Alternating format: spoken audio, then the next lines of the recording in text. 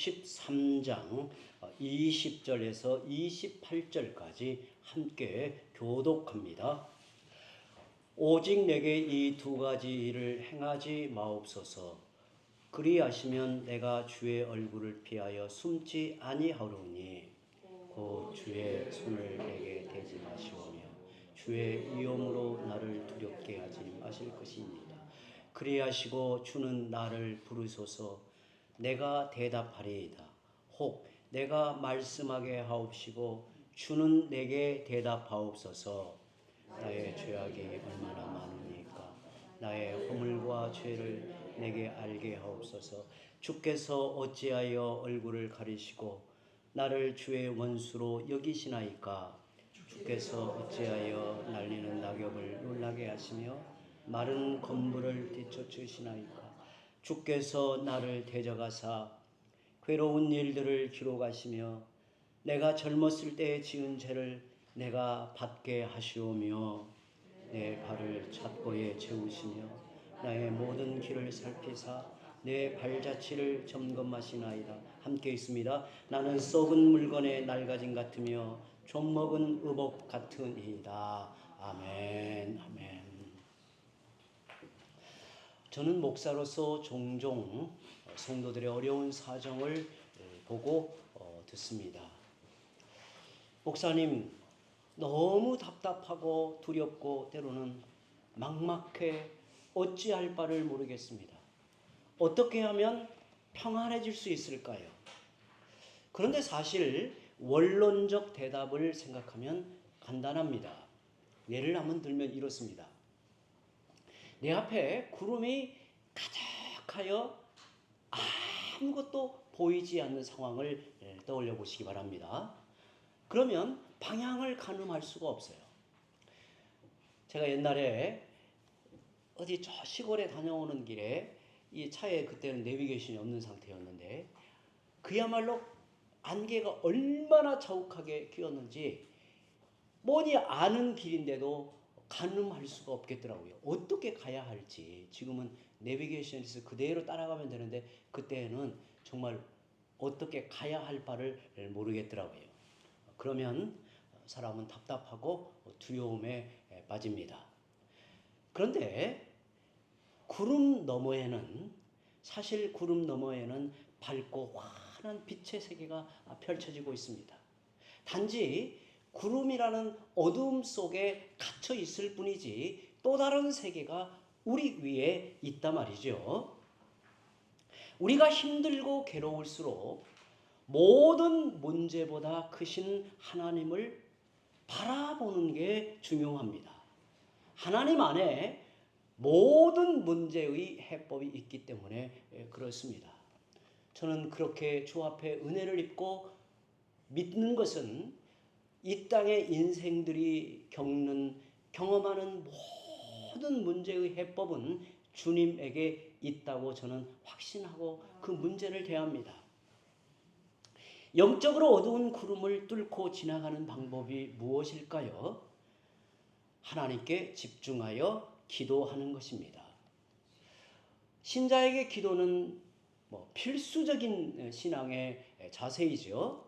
기도에는 세 단계가 있다고 봅니다.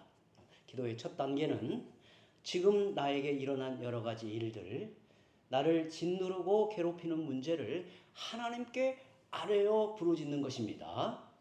다시 말하면 내 형편을 있는 그대로 하나님 앞에 내어놓는 것입니다. 지금 내가 안고 있는 문제를 있는 그대로 하나님께 토로하는 것입니다. 이것이 왜 필요할까요? 하나님 앞에 내어놓지 않으면 그 문제에 빠져들어 헤어나올 수 없기 때문입니다. 우리는 쫓기는 마음, 두렵고 불안한 마음, 무거운 짐들을 하나님 앞에 내려놓아야 합니다. 내 마음을 토로하여 기도하다 보면 영혼의 근심이 사라지고 정말 하나님이 나를 붙들고 계시는 은혜로 안심에 이르게 되는 걸 봅니다. 사람에 따라 다르겠지만 저는 대략 한 30여 분 정도 이렇게 하나님을 향하여 간절히 마음을 토로하여 기도하면 내 마음에 임하여지는 하나님의 손길 그리고 평안함을 누리게 된다고 저는 생각이 됩니다. 그 다음에 하나님의 뜻을 묻는 단계입니다. 하나님의 뜻을 묻는 거예요. 하나님께 아뢰었다면 이제 하나님의 말씀을 귀 기울여 듣는 단계입니다. 내가 아뢰었던 문제, 고민하는 문제에 대한 해결책이 떠오르기도 하고 두려웠던 마음이 평안해지고 조급한 마음에 여유가 생기기도 하고 때로는 내 마음에 확신에 찬 하나님의 음성을 듣기도 합니다. 깨닫게 하시는 주의 음성을 들으면 우리 영혼은 힘을 얻고 충만해져요. 비록 문제는 여전하고 문제 속에 있을지라도 그 문제를 바라보는 내 마음이 훨씬 더 여유로워지고 내 마음이 단단해져서 문제를 대처하는 힘이 생긴단 말이죠. 세 번째 단계는 연합의 과정입니다. 하나님의 뜻과 계획을 확신하고 그 일의 의미를 깊이 깨달아서 그것이 내게 영적 유익으로 작용하도록 하는 거예요. 더 높은 것을 바라보고 하나님의 영광을 찬양하게 됩니다. 하나님이 기도를 통해 내게 주시려는 것은 단순히 내 앞에 있는 문제가 극적으로 해결되는 게 아님을 우리는 늘 경험적으로 알아요. 하나님의 음성을 듣고 진정한 평화를 누리며 깊은 영적 교제를 나누게 하시려는 것이 하나님의 뜻이고 하나님의 인도하심이에요. 이는 사실 엄청난 선물입니다. 욥기 13장은 오늘 우리가 보게 될 욥기 13장은 욥이 친구들과 이야기를 나누는 중에 하나님께 드리는 기도의 말씀입니다. 욥은 중요한 사실을 깨닫고서 새 친구들의 욥을 향한 여러 충고 그리고 때로는 비판 어린 조언을 듣고서 욥은 중요한 사실을 깨달아요. 그리고 두 가지를 포기합니다.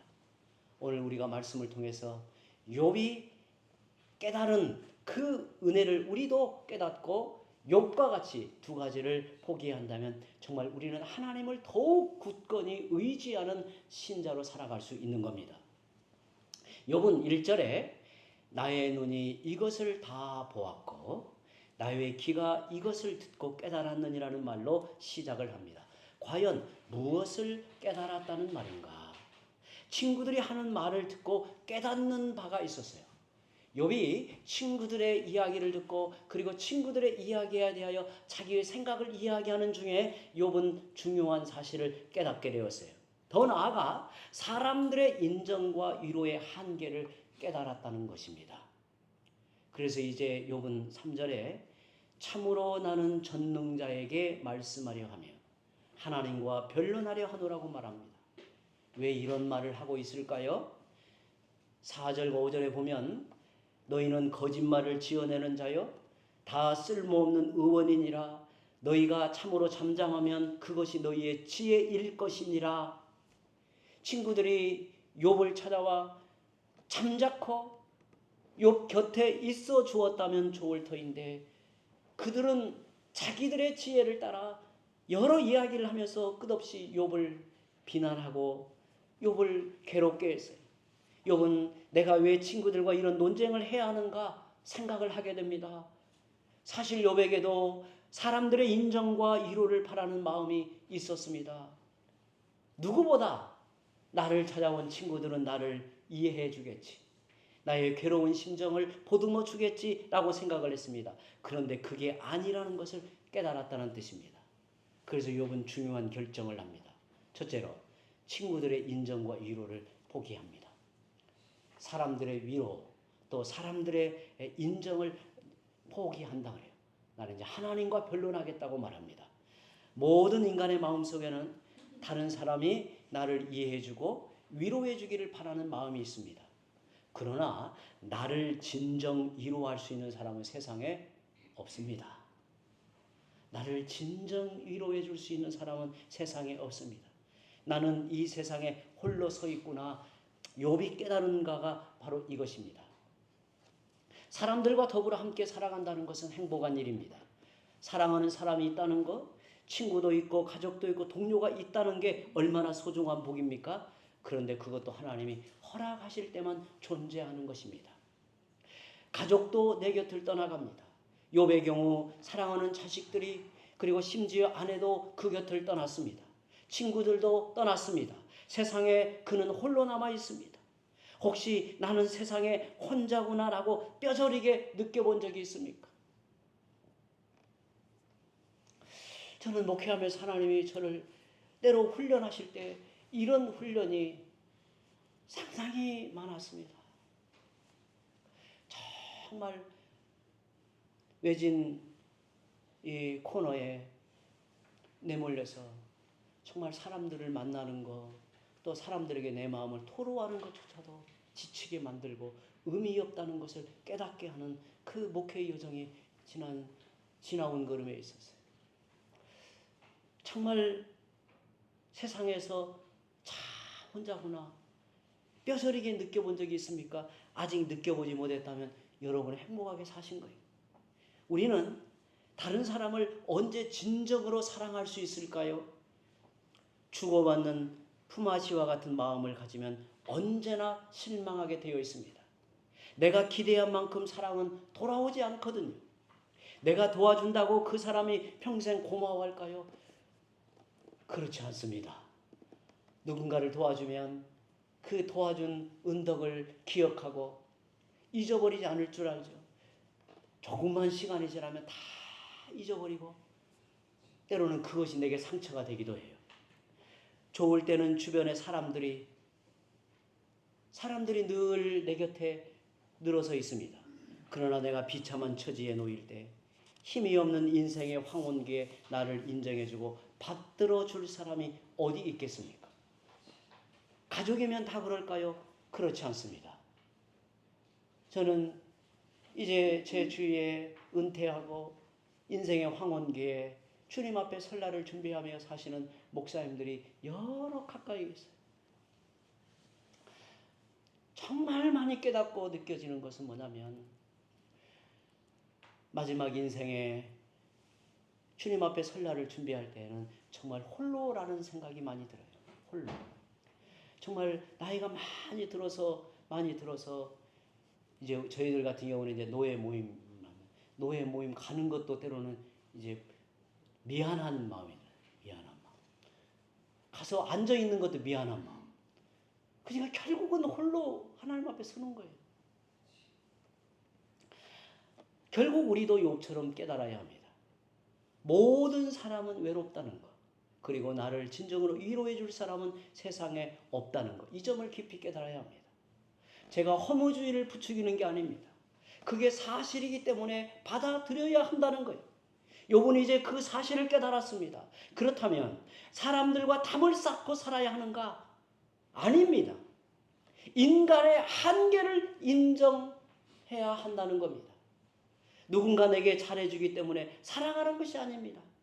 그러면 반드시 실망하죠. 사랑해야만 되기에 사랑하는 것이고 사랑하라고 주셨기에 사랑하는 것이고 그리고 사랑할 때 인간은 행복해지기 때문에 우리는 사랑하는 거예요. 우리는 다른 사람을 사랑해야 합니다. 하지만 동시에 한계가 있다는 것을 인정해야 합니다. 정말 이건 중요한 문제 같아요. 우리 성도들, 우리는 모든 사람을 차별 없이 마음으로 품고 이해하고 받아들이고 사랑해야 돼요. 그런데 그것이 되갚는 사랑으로는 결코 오지 않아요. 그들이 내 마음의 갈망과 내 영혼의 고독을 헤아려 줄 것이라고 기대하지 마십시오. 그렇게 생각하면 사람에게 매입니다. 사람에게 끌려다니게 되고 결국은 스스로 좌절하게 됩니다. 인간은 사랑의 대상이지 의지할 대상은 아니라는 것을 우리는 참 절절하게 깨닫고 삽니다. 그런데 여기에서 끝나면 안 됩니다. 나를 이해해 주실 분이 있습니다. 내 모습 이대로 받아주실 분이 누구일까요? 나를 끝까지 버리지 않으시고 사랑해 주실 그분은 바로 하나님이십니다. 그러므로 우리가 믿고 의지하며 내 마음의 모든 것을 토로할 대상은 하나님뿐임을 알아야 돼요. 하나님뿐임을 알아야 돼요. 우리가 주일에 우리의 주님이 우리를 친구로 부르셨다. 친구로 여기신다. 그리고 친구로 대하여 주신다. 참 이걸 생각하면 정말 감사하고 복됨으로 우리에게 주신 은혜예요. 우리에게 은혜. 주님이 저 하늘 보좌 우편에 계시니 막연한 거 아닌가. 그러나 주님은 우리를 대하실 때 막역한 친구, 정말 조금도 거리낌이 그리고 조금도 막힘이 없는 내 마음을 다 이해하고 받아들여 주시고 내 마음의 속을 다 주 앞에 아뢰을 때도 언제나 주님은 우리의 아뢰는 것에 귀를 기울여 주시고 우리의 마음에 찾아와 우리를 다독여 주시고 위로하여 주시고 정말 신비로운 이 은혜 힘을 얻게 하여 주셔서 주님 항상 그렇게 말씀하십니다. 나는 내 편이야. 나는 너의 편이야. 나는 너를 사랑하고 이해한다. 그리고 너는 내 친구다. 이렇게 여기신단 말이에요. 그런데 하나님이 우리에게 그 주님으로 계시다는 것을 욥이 깨닫게 된 것입니다. 그래서 욥은 3절에 참으로 나는 전능자에게 말씀하려 하며 하나님과 변론하려 하노라고 말하는 것입니다. 오직 하나님께만 내 마음을 쏟아 놓겠다고 결심을 합니다. 이때부터 욥에겐 엄청난 변화가 일어납니다. 하나님을 확실하게 붙들지 못하는 사람들이 많습니다. 사람에 대한 기대가 남아있기 때문입니다. 정말 나에게는 아무도 없다. 내가 의지할 분은 오직 하나님 한 분뿐이시다. 라고 고백할 때 우리는 하나님을 철저하게 붙들고 의지하며 살아가는 것입니다. 그리고 욥은 또 하나를 포기합니다. 세상에 대한 미련, 더 살아보겠다는 모든 희망을 내려놓습니다. 세상에 대한 미련을 포기한다는 거예요. 15절에 보니까 그가 나를 죽이시리니 내가 희망이 없노라. 그러나 그의 앞에서 내 행위를 아뢰리라. 친구들은 계속 다그칩니다. 너가 빨리 회개하고 돌아오면 하나님이 다시 회복하여 주실 것이다. 이전대로 부자가 되고 잃어버린 명예도 가족을 회복해 주실 것이다 라고 눈에 보이는 현실적 회복을 이야기합니다. 그런데 욥은 세상에 대한 미련을 접었다는 거예요. 세상에 대한 미련을 버렸다고 해요. 인생의 어느 순간에는 반드시 두 가지를 포기해야 합니다. 인간의 한계를 인정할 때 대가를 바라지 않고 사랑할 수 있습니다. 세상에 대한 미련을 버릴 때 인생을 제대로 살아갈 수 있습니다. 그런데 세상에 대한 미련을 버리는 것이 과연 좋은 일인가? 이는 욥이 말하고 있는 것은 자신의 삶을 포기한다는 게 아니에요. 자신의 삶을 포기한다는 게 아니에요. 욥이 무엇이라고 말합니까? 16절에 경건하지 않은 자는 그 앞에 이르지 못하나니 이것이 나의 구원이 되리라. 믿음의 고백이죠. 이제 죽어서 하나님을 만날 터인데 이는 나의 구원이 되리라고 말합니다. 또한 그는 18절에 내가 정의롭다함을 얻을 줄 아노라고 했습니다. 하나님이 나를 구원하시고 내 인생을 인정해 주실 것이라고 보는 겁니다. 욥이 생각하는 구원은 이 세상을 떠나 하나님께로 가는 것이고 하나님 앞에서 의롭다고 그의 인생이 인정을 받는다는 거예요. 그러므로 욥은 하나님의 구원을 소망하며 확신하여 남은 인생을 살겠다고 고백을 하는 거예요. 그런데 여기에 놀라운 일이 벌어집니다. 세상을 떠나 하나님 앞에 설 것이요 하나님이 나를 구원하실 터인데 그때 욥에게는 두려운 마음이 일어났어요. 욥은 지금 죽음이 두려운 것도 아니고 하나님의 구원을 의심하는 것도 아닙니다. 그러나 공의로우신 하나님 앞에 선다 하니 하나님 앞에 서서 지나온 삶에 대해 결산한 것을 생각해 보니 자신의 인생마저도 부끄러웠어요. 자신의 인생 걸음이 부끄러웠어요. 하나님의 은혜와 사랑을 받아 누리고 많은 복을 받아 살았으면서도 제대로 살아왔는지 생각해 보니 하나님 앞에 부끄러운 뿐이라는 고백이에요. 그래서 하나님께 고백을 합니다. 23절에 나의 죄악이 얼마나 많으니까 나의 허물과 죄를 내게 알게 하옵소서. 깊이 깨닫고 하나님 앞에 자신을 돌이켜 은혜를 구하는 자로 살고자 하는 마음을 표현하는 겁니다. 그러나 하나님은 아무런 대답이 없으십니다. 그래서 욥은 괴로워했습니다. 우리는 욥기 7장에서 영혼의 괴로움에 대하여 살펴본 적이 있습니다. 영혼의 괴로움은 하나님 앞에 설 수 있는 준비를 하는 길이요, 정결하게 자기를 씻는 일입니다. 그래서 욥은 자신이 젊은 시절에 지었던 모든 죄까지 돌이켜 회개하겠다고 말해요. 그는 정결해지려고 몸부림을 쳤습니다. 그런 욥이 간절히 바라는 것이 22절에 나옵니다. 주는 나를 부르소서 내가 대답하리이다. 혹 내가 말씀하게 하옵시고 주는 내게 대답하옵소서. 하나님의 자녀는 언제 가장 기뻐하고 그의 삶이 충만해질 수 있을까요? 사는 형편이 여유로우면 기뻐하고 부족함을 느끼지 못할까요? 아닙니다. 어떤 어려운 상황도 관계없습니다. 욥은 모든 것을 잃었습니다. 그는 더 이상 살아갈 희망도 없습니다. 그래도 괜찮다는 거예요. 마지막 한 가지만 있으면 된다고 하나님 앞에 고백을 하는 겁니다. 그것은 바로 하나님의 음성입니다. 그 음성을 들을 때 하나님의 자녀는 만족이 있고 위로로 다가오는 겁니다. 하나님의 말씀이 들려올 때 그는 기뻐할 수 있습니다. 욥이 바라는 것은 단 하나입니다. 하나님 나를 부르소서 내가 대답하리이다.